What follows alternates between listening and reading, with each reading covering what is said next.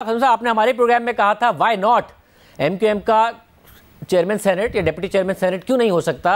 आज वज़ीर आज़म साहब की मुलाकात हुई, खबरें तो यही हैं कि आपको संजरानी साहब के नाम पर चेयरमैन सेनेट के लिए और खैबर पख्तूनख्वा से किसी डिप्टी चेयरमैन सेनेट के लिए मना लिया है वज़ीर आज़म ने। क्या मान गए आप? नहीं, हमने आज भी ये बात की थी कि व्हाई नॉट वाली ही बात, लेकिन हमने कहा था कि ये कोई ऐसा इशू नहीं है। असल चीज़ ये कि जो हमारी इंसानी हुकूक से मुतालिक जो मुतालबे हैं, जो हमारे सियासी मुतालबे हैं, उस पर कुछ नहीं हुआ है। तो ये डिप्टी चेयरमैन के लिए फिर हम हिमायत कर सकते हैं, आप देख लीजिए। फिर उसमें जो सूरत हाल है वो हमें सूट भी नहीं करती है बहुत सारी चीज़ों के हवाले से। लेकिन इसमें 2-3 फैसले हुए हैं। मेरा ख्याल है चंद दिन में आपको लगेगा कि कराची के हवाले से जो मुकदमा लड़ रहे हैं उस पर कोई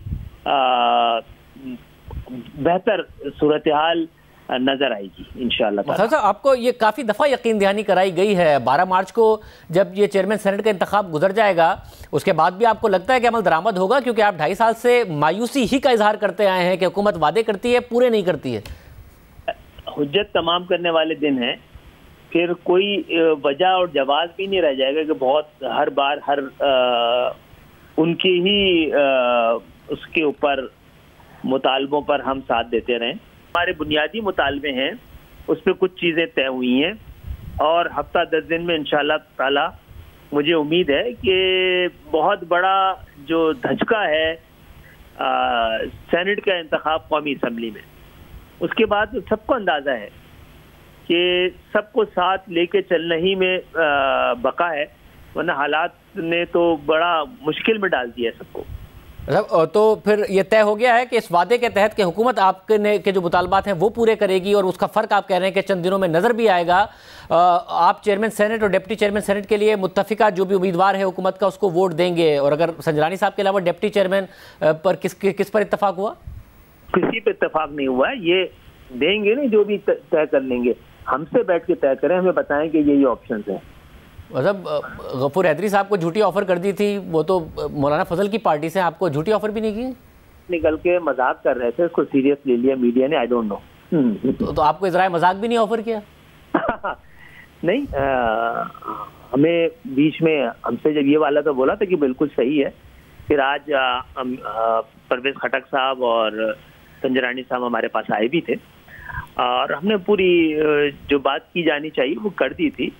और हमने कहा था कि ये टेकन फॉर ग्रांटेड लेने वाला मामला भी जो है वो हम समझते हैं संजीदगी इसमें की कमी नजर आती है आप लोगों की जानिब से अब तक। क्योंकि हमने तो उस दिन आपने सुना होगा, हमने तो कहा था जो हमने आपसे वादे किए वो तो पूरे हो रहे हैं ना, और आपके वादे अभी तक पाइपलाइन में है। तो मेरा ख्याल अब वक्त आ गया है, इतनी मुद्दत जितनी दी जा सकती थी वो मैक्सिमम है। तो एज ऑफ नाउ आप कह रहे हैं कि अभी भी डिप्टी चेयरमैन के ऊपर इन्हें आपसे डिस्कस करना है।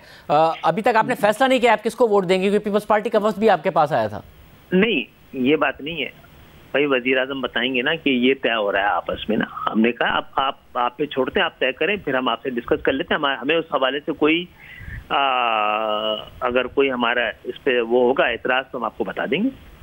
शख्सियत पर अगर कोई एतराज़ होगा, वरना जो वज़ीर आज़म मुंतखब करेंगे और वो एमक्यूएम से ना भी हुआ तो आपने माइंड बनाया हुआ है कि आप पीपल्स पार्टी के यूसुफ गिलानी साहब को वोट नहीं देंगे? जी, अभी तक तो कोई क्योंकि हुकूमत का हिस्सा है तो इसकी उम्मीद कम है, लेकिन देखते हैं कि वो क्या लेके आते हैं, किसको लेके आ रहे हैं सामने।